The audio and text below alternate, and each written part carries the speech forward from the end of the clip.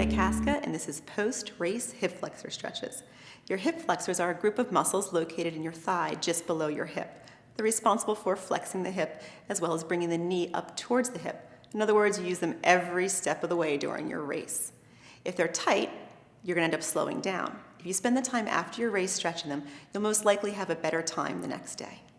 Our first stretch for our hip flexors post-race is going to be a kneeling hip flexor stretch. And you might want to use a towel or a pad to support your knee.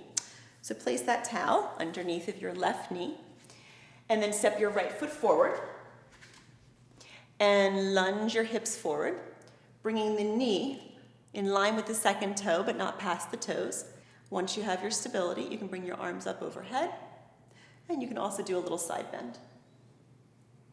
So our next post-exercise stretch for our hip flexors, step into a lunge, bring the right foot forward and the left leg back, and sink down into that right leg, keeping the knee tracking over the heel until you feel the stretch in the front of the left hip, which is your hip flexors. Keep pressing back into your left heel.